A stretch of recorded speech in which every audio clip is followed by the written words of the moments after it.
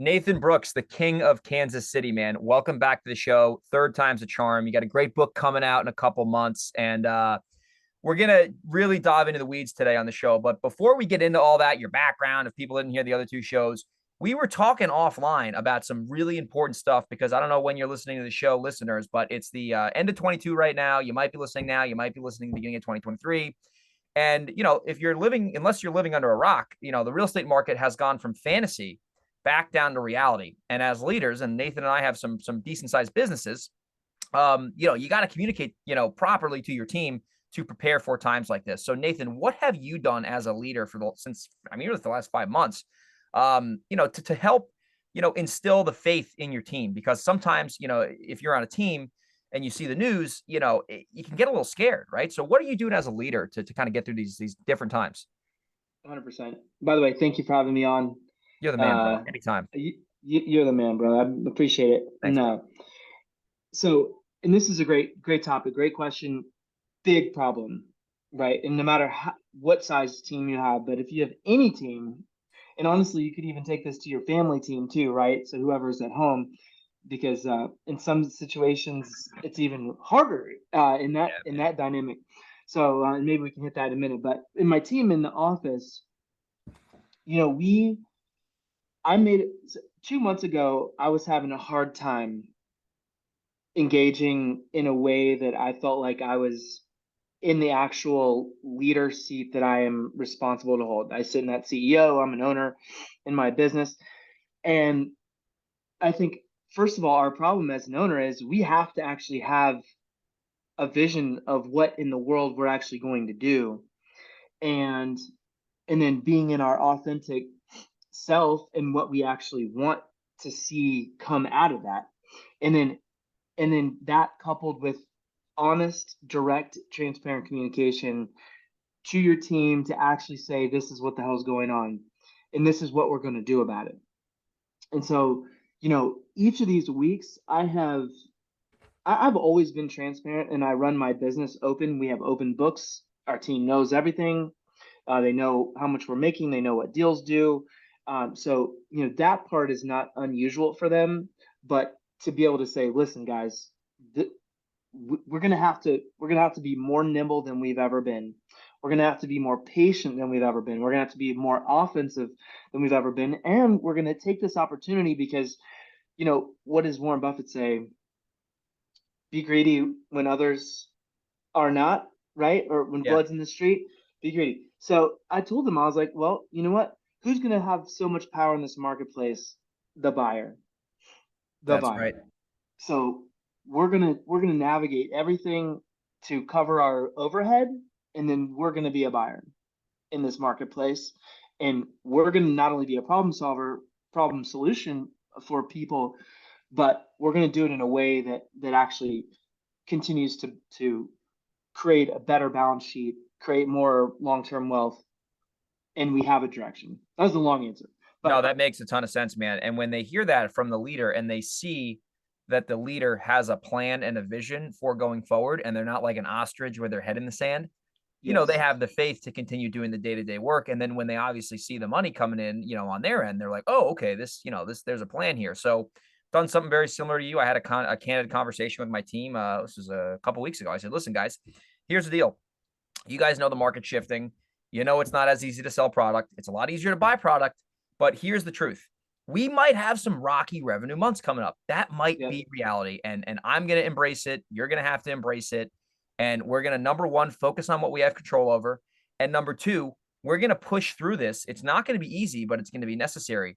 And when we push through this, we are going to be so much better on the other side. And we're going to create a bigger market share because a lot of our competition is going to bail. These get rich yep. clickers are going to realize, hey, oh my gosh, it's really hard to sell. Oh my gosh, I don't have the marketing money, whatever. And it's going to create a bigger opportunity for the people who have a plan to move forward, who are going to invest smart. Yes, yes, exactly. And you know what? The other thing I will say, and I'm just writing down your quote. I love these things because we always get to learn from each other. Right. But the other thing too for me was, a reminder of why I had gotten back into real estate or gotten into real estate in the first place. And I think sometimes for me, and I'm not going to speak for anybody else, but all of a sudden you're like, oh, we could do more deals and we could make more money and blah, blah, blah, blah. And like, no.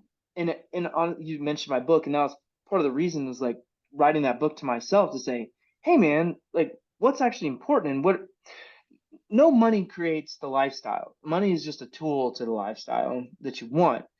And so if you have no basis for what it is you're trying to create, then no money solves that problem. Totally, bro. So true, So man. yeah, so what are you chasing after that? And so that's where it was a great pause, painful, but Yes. great pause because I'm having these kind of sleepless nights like, man, what are we going to do? How do we make sure we take care of our team? How do I take care of my family? And certainly yes, uh, for most people, lots of money sitting in the bank. Yeah. Yes, I own. Greg, you and I are in a much better place than probably a lot of people. Yeah. But I also hold that responsibility, And it's and relative. it's relative, It is right? very relative. Yeah.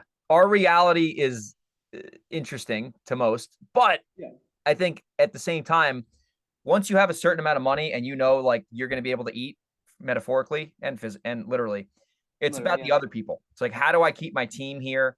And you know what we're doing actually? We're cutting overhead that's not critical, right? And it's yes, actually, it's not great when these times happen, but it can be good because I look at the P&L and I say, this reoccurring expense is not producing a measurable ROI, and we're going to cut this out, and then we're not going to take it back on.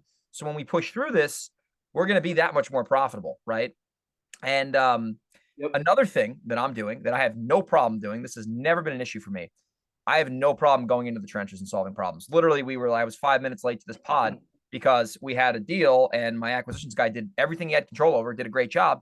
And the seller is trying to snake out of the contract. And I had to jump in and tell him that's a no-no. Yep.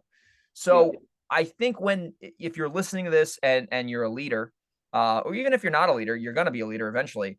If you can lead from the front, right, within reason, obviously there's a fine line to do that, but your team sees that buy-in, and then it kind of confirms to them that you are the right leader for them, right? And if they see you jumping in there, solving problems, being proactive, coming up with solutions, not dwelling on problems, they are going to really respect you. And we had a major problem actually happen in our business a couple weeks ago, and I was very calm, and it was big problem. There's another guy trying to snake us. Seller got pissed. It was a wholesale deal. And I didn't scream once. I didn't yell once. I was calm. I was solutions oriented, and we worked the Mhm. whole problem out. And at the end of that, I got a text from one of my guys, and he said, dude, the way that we handled that is why we're going to be really successful. And that's leading from the front as an example. And Yes, deal, bro. I love that, and I love how you talk about how you approach your team. And the other thing I will comment on as far as back in the trenches, and by the way, I'm back in the trenches too. Oh, fuck yeah, I bro. had I had years where I hadn't looked at a single house. Yeah. We bought, You get we bought jaded, right? hundreds. Yeah, we bought hundreds and hundreds of houses. And a good friend of mine, Tom Kroll, I was talking to Tom Great for guy. some people who, yeah, awesome dude, that salt of the earth man. And he's like, you know what, Nathan? Yes, he's like, well, what's your net worth? What are these things going on? Uh, you're fine. Calm down.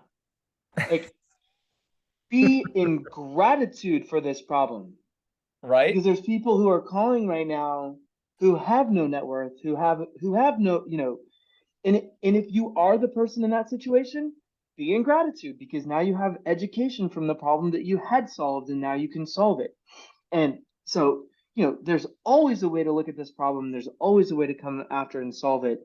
And the people who are willing not just to say they do the work, but to actually solve the real problems Yes. are the people that are going to create these solutions and be extraordinarily successful over the next coming years.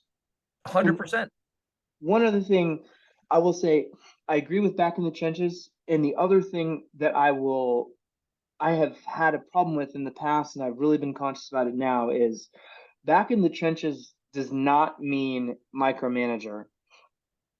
And it's a very different problem. And I'm not saying you're doing that by any means, but you still are empowering your team to do it. It just means you are another person who can hold responsibility, Exactly. not trying to take over their responsibility. Exactly.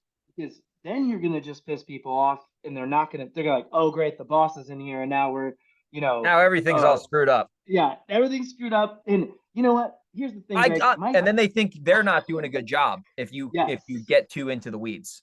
yes, or it's certainly not in coordinated responsibility where, Greg got into my deal again and called the seller myself, didn't even tell me. Obviously that's not going to work very well. So You're right. 100%, critically bro. important. You know what I realized too, Nathan? Dude, you can't be fearful and grateful at the same time. It's impossible. You got to choose one of the two. And I listen, Mm, that's easier said than done, but I'll tell you what, man. Anytime some shit goes down, I go, how do I reframe this to see what could be worse, right? Like let's say for yes. example, we get fucked on a house, which has happened many times. I'm Yep. like, well, at least we didn't close yet, right? Could have closed. What if there was a violation? What if the code enforcement came over? What if I got a stop work order? Like, there's always a way you can reframe crazy shit, especially in business. And it's like a little cheat code to your psychology because, you could take any problem you get and completely just, turn that problem into this avalanche of shit. And then you're going to get this like negative momentum. And then every day you're going to feel like you're walking through the mud. But if you can subtly reframe stuff to say, "Oh, this could have been way worse. This could be Mm-hmm. a disaster," it might not solve the problem right away, but at least it will get you to see the problem from a different vantage point, as Jim Rome would say, and come up with a good way to solve a problem. I've learned this, Nathan, so many times the hard way. It's honestly embarrassing, but I used to be a very aggressive, well, I'm a New York guy, right? The accent might give it away, but I used to be very aggressive and combative. And it was like a street fight, right? Mm. And now I'm assertive, but I'm much more calm when problems happen. And I'm very calm about it. I try my best to put myself in a logical state and come up with a solution. I'm just like a shark swimming around a solution instead of a shark attacking this problem like like a piece of meat. That's really good. And it takes a lot. It's so It's easy hard. and undisciplined to get upset, Yes. but it's it also puts you, like you mentioned, it puts you in a fight or flight state, and so you are not in an emotional state to even be making decisions or leading your team or solving your problem. And for however many million years, you go in fight or flight because you don't want to get eaten by the dinosaur running Yeah, behind you yeah, or yeah, whatever. exactly. Or you're on the battlefield wearing, chain and armor and a long sword, and we don't typically have to solve these problems today, right? No. But our mind doesn't know the difference with what we deliver it in that kind of information. So, man, it makes a literal world of difference to act in that manner and practice. It's an ongoing thing. It's funny you say that. I had it yesterday. I was like, I had 17 things going on, and I had to basically make a decision that day. This was yesterday. And I Mm-hmm. told one of my guys, I said, hey, I'm not in a state to make a decision right now. Let's put a pin in this and let's touch base in 65 minutes. And it's in 65 minutes, I will get you a straight answer. And I used to just try to solve it on the spot, and it would be a terrible idea. Now I put a pin in stuff that's not bleeding neck urgent, as I would say, and we solve the problem when everyone's in a state to solve the problem. And that just came from me making the mistake, for 5 years. Over and over. Yeah. Yes, and getting bad results and being like, Yeah. well, what the Yeah. hell is going on here? Why didn't this work the way I thought it was going to work? Because I Right? didn't have something together and I didn't make a good decision in a wrong timing. Yeah. Yeah, And man. I'm trying to remember. I think it was Colin Powell. He probably has more than one book. I don't know, but I think it was his biography, and he talked about how he would literally, put things intentionally overnight, and because he knew, like, hey, I will, the proverbial sleep on it, because I know I come back to this problem fresh tomorrow, and I have a totally different vantage point. Or like go to the gym, go to the gym, go do some jujitsu, go, whatever that puts you in a totally different state. And I use state changes all the time. You can use podcasts, you can use music, you can use a phone call with a friend, you can use a silly, GIF or whatever to put yourself in a place that you can make a better decision, be clear about it, and then everybody benefits from that. Everyone benefits, and you're able to go in there and make the best decision for the company, not necessarily the best decision for your stupid, animalistic, responsive, emotional, crazy human being state. So let's transition, man. You wrote a kick-ass book. It's coming out in January. The No Quitters Guide to continue. What is the end of it? Crushing real estate investing and living an extraordinary life. Bam. What a hell of a title there, man. So obviously it's no easy task to write a book. So let me ask you this, bro. What made you muster up the courage and the time to write a major book like that? Because that's not easy. Well, I appreciate that. It had been living on my brain, in my heart, in my Evernote, in my Mac notes. Like, it was everywhere for years. And so my good buddy Brandon Turner, who people may or may not have heard of, used to be this podcast guest of this little tiny podcast, Bigger Pockets. If you look up real estate books, he has 8 He's of the on 10 like the top. first page for 5 books. Yeah. It's crazy. He's a monster in a good way. And so I talked to him a little bit, but I had this goal, and it kept showing up for me. And much like when I was training martial arts, and I was like, you know what, I'm gonna have to get in a cage fight because I didn't do all this work to not try this thing out.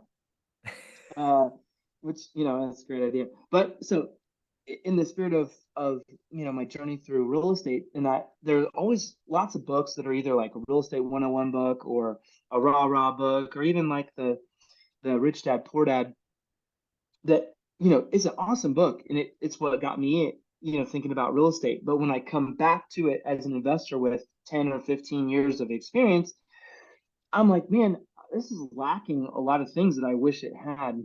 And so all that to say, I put a whole presentation together and plan, and pitched Bigger Pockets about it. They didn't like it. I kind of set it on the shelf for another 12, 24 months. And I had a friend who was writing a book, and I was like, hey, how'd you do that? And he's like, I hired a coach. She helped me do all this stuff. So I literally, within, a day, 2 days, something like that, had spoken to this coach, and I was like, done. I'm doing this. So I literally hired a coach and began the process of like really laying it out. Yeah. Interesting. So you hired the coach. That's what most people will not do. And they just want to pull it out. I call it a rectal extraction, right? That's not a Yes. pretty picture either. But So, yeah. and to be very clear too, this book is not like, I have plenty of friends who've written books. Some of them are really good. Some of them are not so good, and they're like a top of lead funnel thing. Like, I wrote a book, and it really was like an Indian VA who, took Downloaded the audio. podcast and transcribed it. I know that game, bro. Yeah. So let's be clear. In the process, so she worked us through. Her name's Ashley Mansour, LA Coaching. She's gonna be upset that I can't remember. Anyway, she's great. Ashley, if you want her information, hit me up and I'll send it.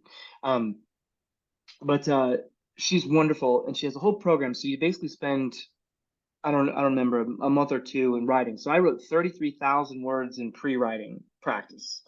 So like exercises, work, whatever. And then I begin to write the book, and I write 72,000 words in 19 days. 19 days. Yeah. So I wrote the longest book in the shortest amount of time for any student of hers in the history of her program. And I was on fire. And I wrote the book, and like probably 2 weeks later I come back, and I hate it, Greg. I hate the writing. It doesn't sound like me. It feels like I was forced. Did you write it yourself, or did you get a ghostwriter? No, I wrote it myself. So I wrote all those words, every single one, my computer, the one I'm recording this podcast with you on, in a Google Doc. So I talked to Ashley about it, and we decide that I'm going to write the first chapter again. So I begin rewriting and it's so much better. I rewrite chapter 2, 3, and end up writing the entire book again a second time, 66,000 words. So, in the course of 6 months, I basically wrote the equivalent of 3 books for one book. Trilogy. Yeah. Yeah, except I only have one. So, and the other cool part that I'm really excited about was, like I mentioned, I want it to be legit. I want it to be um, honest and vulnerable, and have something not just like, where are you at right now? What is actually real? How do we help you create a vision for what you want? Here's some real estate 101, and here's what to do about it when you're actually successful. Because I'm not the smartest guy, and you can create whatever you want. You just have to have it clear enough and make it important enough. And so I actually got a legitimate publisher, Morgan James. So we submitted it. We had marketing docs and everything. So we submitted to like, 10 different publishers, and ended up, having a legitimate publisher. You can literally search Nathan Brooks No Quitters Guide right now, and Amazon, Barnes and Noble, whatever, all over where books are sold, you can literally pull it up. And so I'm really proud of that. Bro, that is absolutely insane. I didn't even know that until now. That's freaking incredible, bro. You went through Yeah. the process, you did the work, and now you're going to put a life-changing piece of material out into the world in January. So I want to Yep. talk about the title, and actually not why did you make the title, but listen, you and I have been around the block. We're in some groups where we rub shoulders with the big boys. So many people, Nathan, want to get rich in real estate, right? That is like, it's almost like a rite of passage in America nowadays. Mm-hmm. Why on earth do you think 97% of people fail and that 3% succeed? And I genuinely mean this, dude, because this is like, if people could just grasp this, it will make all the difference, even though they're listening to this on a free podcast, and maybe after this they'll implement it, maybe after this they'll continue with their day. But dude, you and I have been able to transform our lives through this business, and it is literally out there for everybody. But most people, unfortunately, as I would say, become a statistic, right? And it's sad. Yeah. Yeah. Well, I think there's a couple things. I think number one, people don't want it bad enough, so I agree. that they're not honest with themselves. And here's the other thing is that I think there's so much out there about being an entrepreneur and building a multi-million-dollar business and blah blah blah, but there's not a lot that says thank you, Joe Garbage Man, for taking your life and helping us with this problem.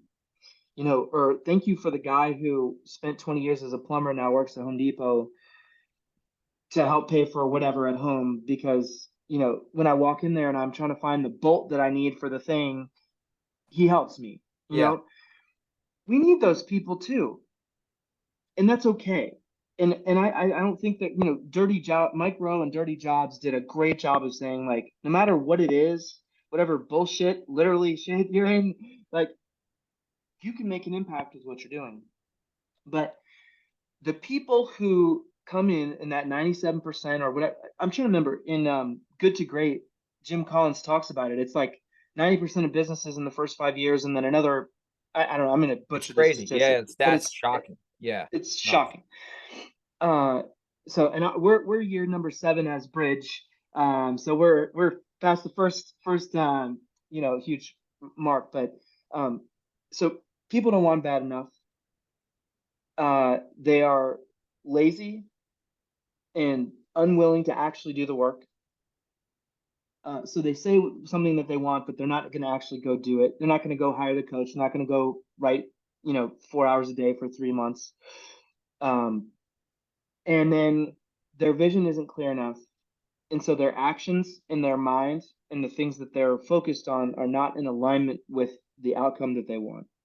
Dude, that So, is so freaking powerful. If people just listen to what you just said, it's insane how simple you made it, because obviously you're a good communicator. But that is really the reason. If you really boil it all down, because Nathan and I can do a webinar and do the nuts and bolts of real estate investing in a couple hours.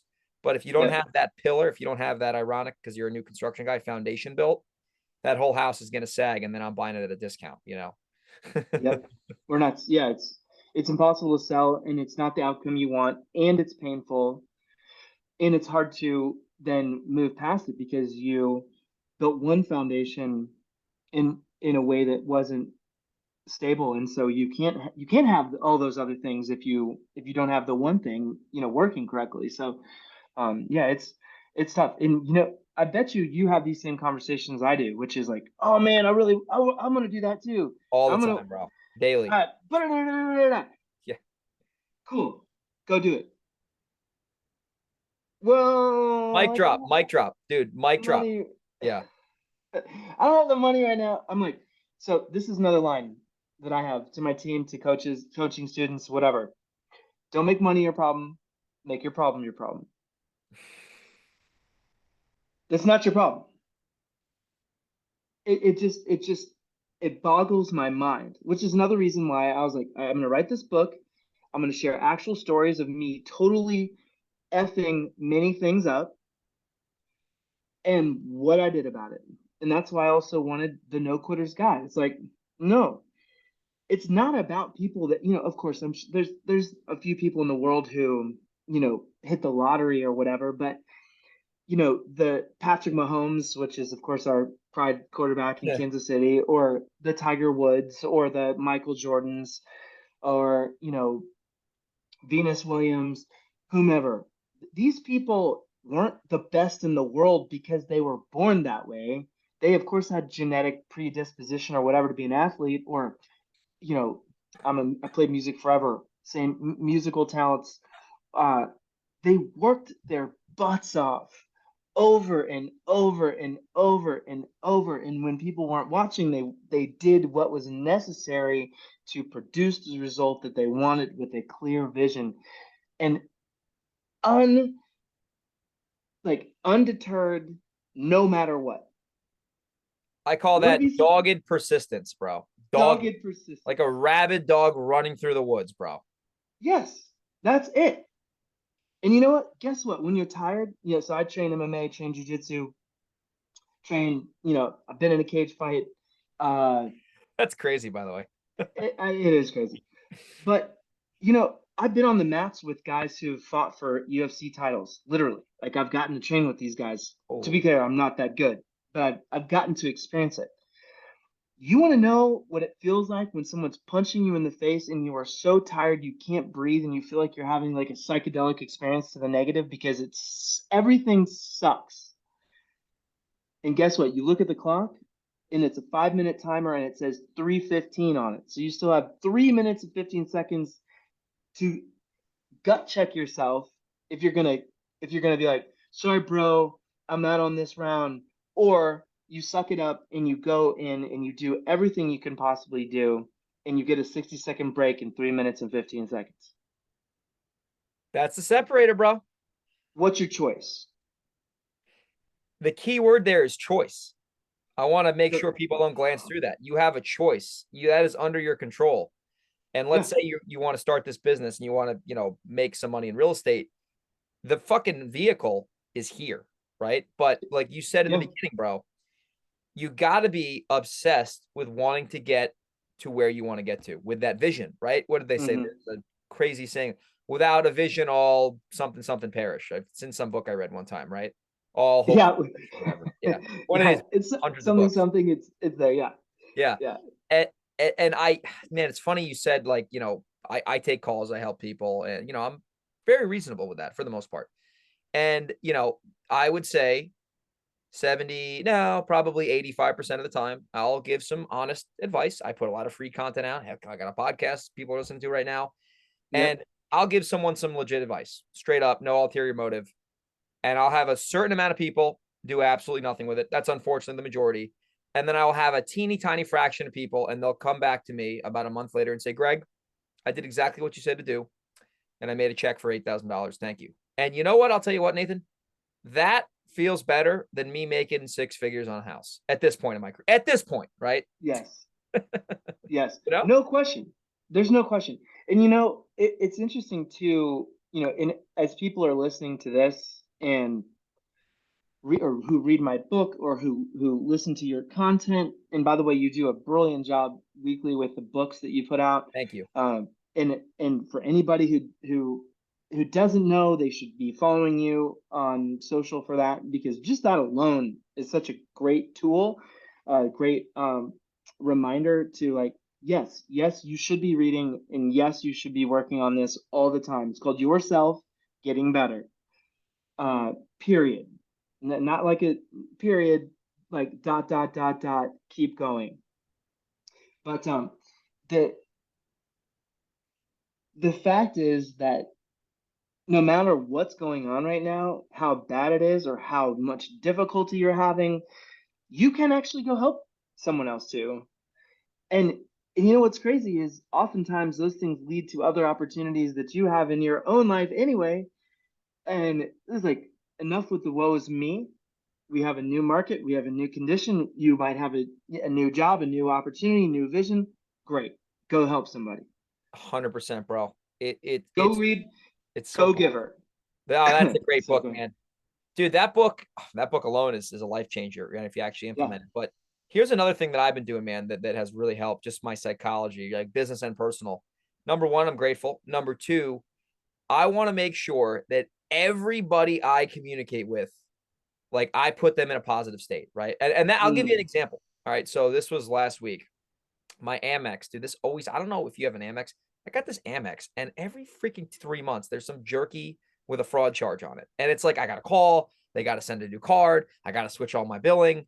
Anyway, so the old Greg would have been really frustrated on the phone, right? To somebody who has no control over that situation. And I would have been like, come on. Blah, blah, blah. I said, And you it's know trying what? to help you. Yes, exactly. And I can't even help myself. This time, Right. this time I said, you know what? I'm going to call this person who's probably in the Philippines, and it's 12 hours ahead of my time zone. And I'm going to be the nicest guy in the world. And I'm going to be Yep. super just, hey, listen, this is what's going on. I'm a little frustrated, but hey, at the end of the day, I know it's not your fault, but let's try to come up with a way to get this problem solved.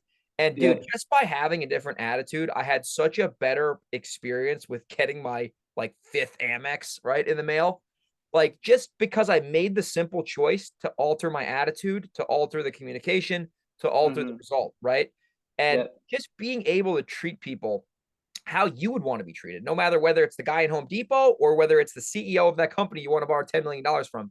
Treat Yep. people with respect, and in turn, it will put you in a better mindset so you can make better decisions. And that's what I've been doing recently, bro. And it's been a game changer, brother. I know we say game changer a lot, but I really mean that. So I like that you bring it up, because I've done that for a long time. But I've always really had, I'm not naturally aggressive New Yorker. I'm not like, Yeah, I'm a little different. but what's interesting is, I also believe that we as a society have found so many things to be upset about Yes. unnecessarily, and we can go on social and we can go post some BS about whatever thing, and get upset. But it all comes back to the personal responsibility anyway. So all this is personal responsibility.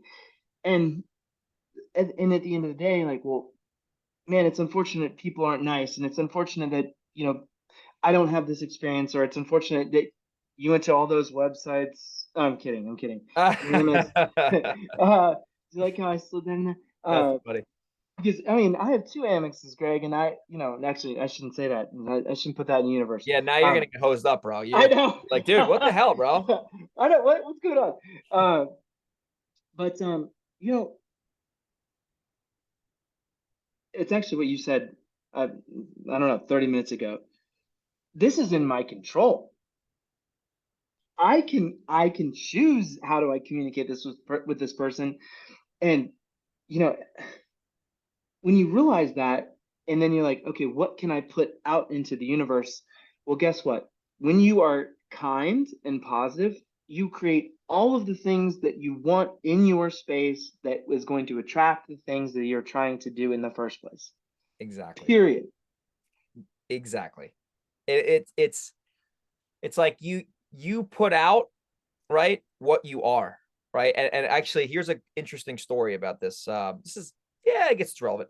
So I was eating dinner with my folks the other day, and my mom was telling me about how she cleaned out my grandparents' house after they passed away, and she was going through all of the And this is a little spiritual, but it makes sense still. So she's going through the house. She's like, about to pull out of the property with my dad and go back down to the New York City area where we're from. And she had like this gut feeling to like just go back to the house and check like one more time. She goes to like the side of the deck and finds by the way, this house was sold and it's like everything was taken out of the property. She finds this angel literally like face down on the stairs, and she takes the angel and she's like, oh my gosh, out of all things that got taken out of this house, this is crazy how this is the only thing that's left. And she finds this angel and Yeah. she's like, this is definitely a good sign that my parents are in a better place now, her parents, etc. So she's telling me the story the other day at dinner. It was on her birthday.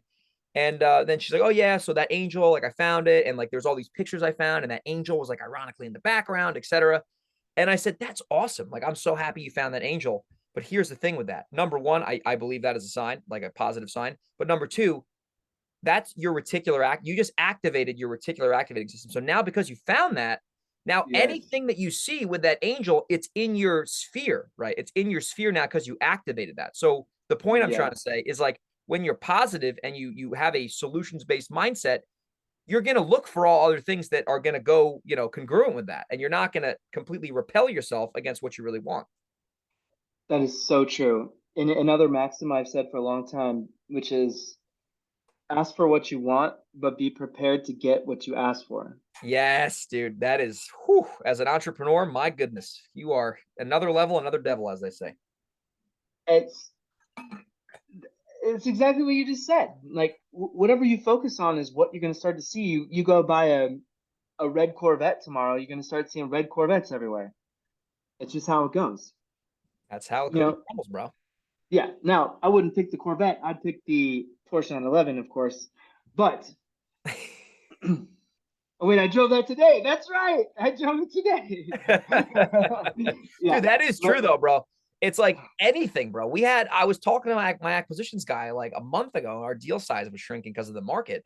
And I told him, I said, dude, listen, we get a lot of deals like every week we bring in new deals. I said, we're like going after anything and everything. Like we're just looking for properties to like gobble up like, one of those things at the beach you get treasured with. I'm like, why don't we do this?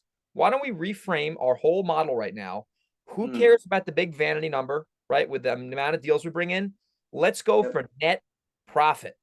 And I said, I don't care if you bring in half the deals this month, but if we got big fat spreads, that's going to ultimately move the needle for us. And ironically, sure as you know what, all of a sudden we're bringing in actually the same amount of deals, but all these deals have nice margins on them. And I said, that's because this is exactly what we focused on. And he's like, dude, you're so right. This is crazy. All these sellers, they just want to sell.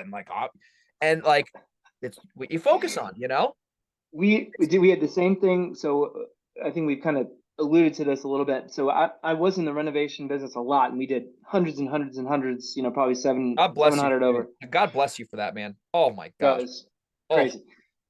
Crazy. I built that business. I do not miss doing 150, 150 renovations in a year.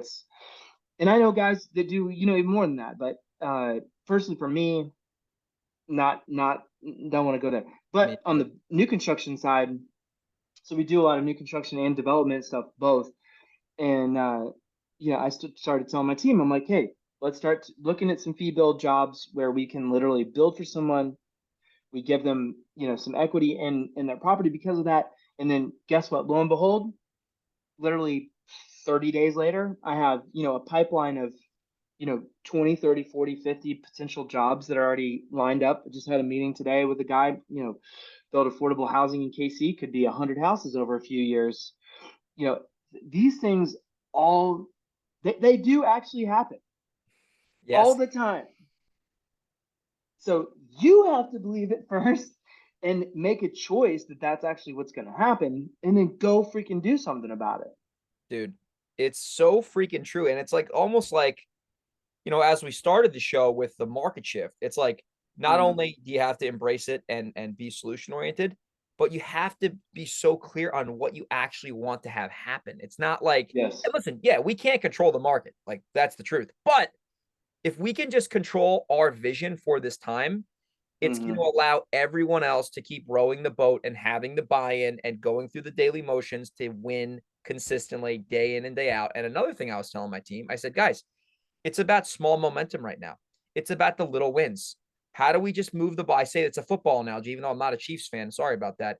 How do we move the ball 10 yards down the line every day? And if we do that every day and we're swinging the bat, we're going to be in the end zone by the end of the freaking week. And they got buy-in now, man. Swinging the bat or taking the I think you got a baseball analogy mixed in with the football analogy. I'm pissed the Mets are out. And okay, that makes sense. Yeah. Well, the Royals have 10 inches, 10 yards down the goal line on Monday. We do that on Friday. We're in the touchdown end zone and we're smiling. That's my team. There we go. That's good. And you know what? Sometimes you're gonna have to go after it on fourth down, and sometimes you're gonna throw the pass and you're gonna catch it for first down. And I think that comes back to that no quitter, right? You're not going to quit just because it doesn't work.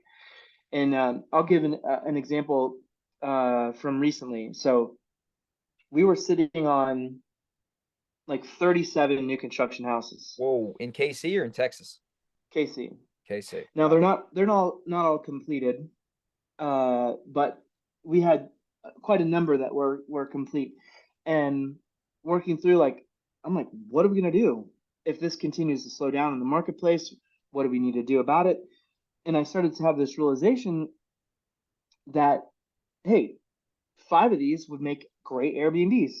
I hit my list. Guess what? We have 20 people who want to buy a turnkey Airbnb house. Boom. Okay, I've sold multiple houses that way. I realized, guess what? We have a fund that has millions of dollars in it, and Bridge Wealth Fund, for people who want to have great returns on their money. We can do, a deal or two, whatever, in there. It serves that client. We put some money to money out of the fund to work, and all of a sudden it's like I had the resources of solving this problem were right here, and so we get to just make the choice. 100%, bro. 100%. I'm sure you've read this, to use a tactical real estate analogy, as you would definitely appreciate this with your business. You could always have a flip just turn into a accidental rental. Oopsies. Sure. Yeah. It's like, assuming you're not doing like Beverly Hills mansions, I mean, that works too, Well, what's interesting too is, I've started really getting more heavily into the Airbnb space too. So yeah. I've done probably, I don't know, somewhere between 10 or 15 this year. And, I have the largest renovation of any house I've ever done going on right now in Kansas City, 160 G's in renovation. That's a big one. And it's for this city, man, it's crazy. But I've done a number of these now where we buy a bigger house. We can get a good margin on that deal because not as many buyers for that house. They don't want to take on a giant, rehab. That we literally found a crack pipe in this house in a bucket that the guy used for what in the basement. That the contractor showed me the video of them like trying to throw up while they're carrying this bucket out of the house. And you know what? So I'm like, we'll go find the gold. Like, we'll just go find the gold that's in the market that gives us these opportunities that, and that house alone will do like 70 or 80 G's gross for the year out of one house. It's amazing. And as a rental, it'd probably be a third of that. Correct. Exactly. So, it's like, and that sits with my long-term vision of holding cool properties in cool areas and creating passive income and long-term wealth. Done. Like, we just come back to those vision, come back to what we want to create. We put the freaking nose down and we go do the work.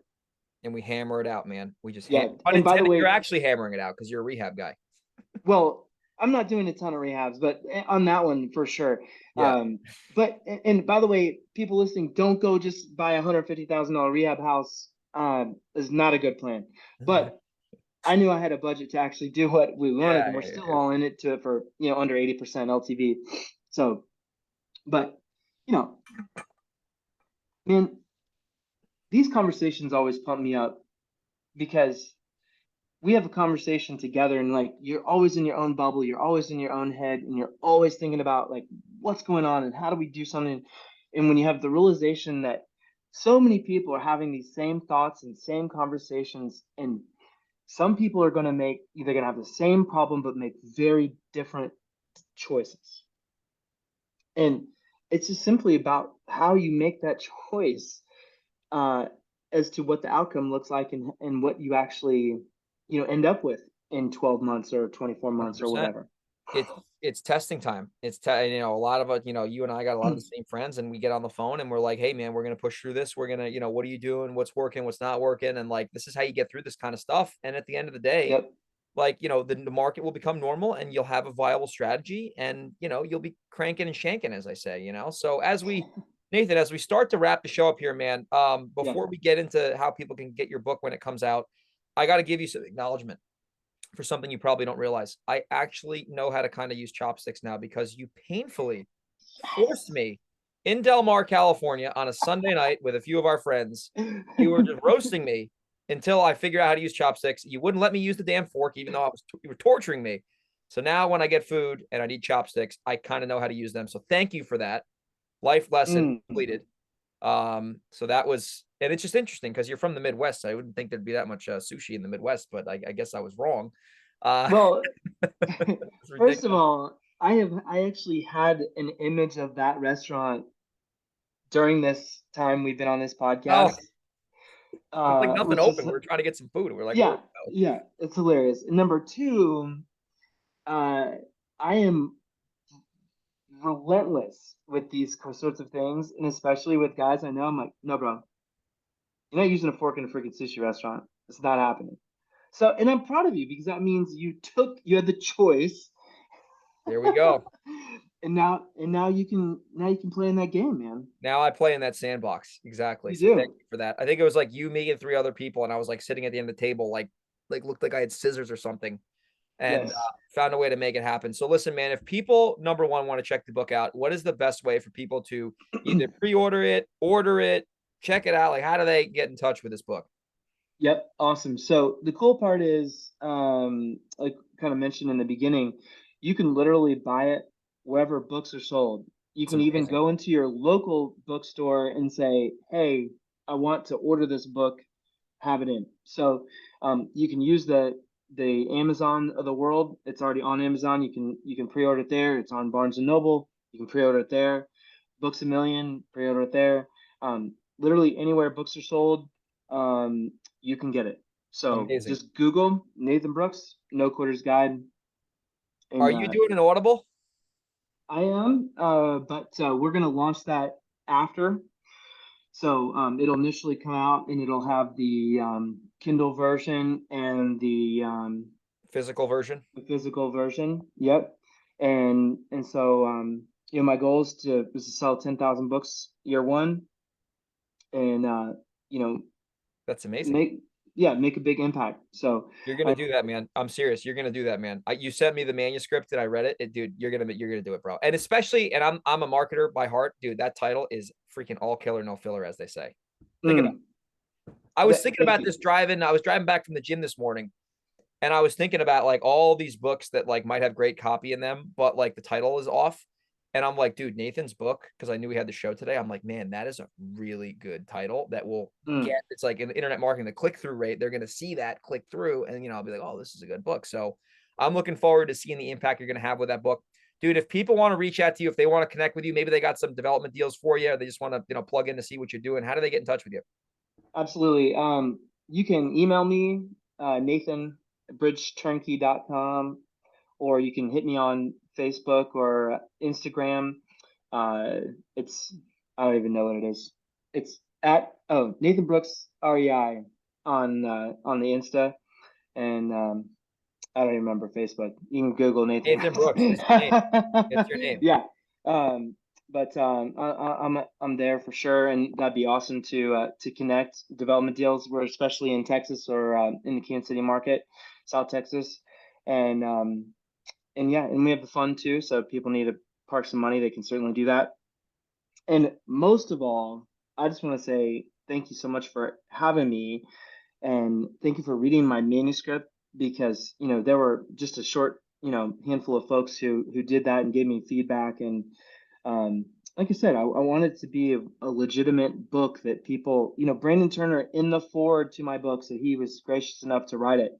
said, you can go buy 13 real estate books. You can come buy this one. And like, my goal is that Rich Dad Poor Dad and my book are the books that people recommend to start, because it actually helps you create a vision for everything else. And then you can slice and dice from there with what you need. So I love it. I'm setting that intention right now. I love it, bro. Well, it's going to make a difference, bro, for sure. And I thought your email was nathan@chopstickschool.com, but I guess we'll take that out of the show notes. Unbelievable. Cut. Nathan, my man, appreciate you coming on the pod, and I'm looking forward to putting this out into the world, my man. Awesome. Hey, thanks so much for having me. Appreciate you. My pleasure.